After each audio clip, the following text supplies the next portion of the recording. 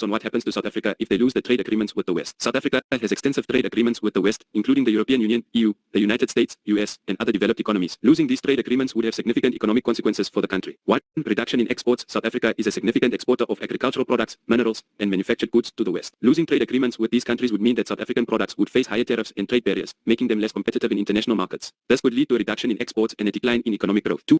Loss of investment. Many Western companies have invested in South Africa, attracted by its skilled workforce, natural resources, and favorable business environment. Losing trade agreements could reduce investor confidence and lead to a decline in foreign investment, further slowing economic growth. 3. Increase in prices. Losing trade agreements could lead to an increase in prices for goods imported from the West, as South African consumers would have to pay higher tariffs and import fees. This could lead to inflation and a decline in consumer purchasing power. 4.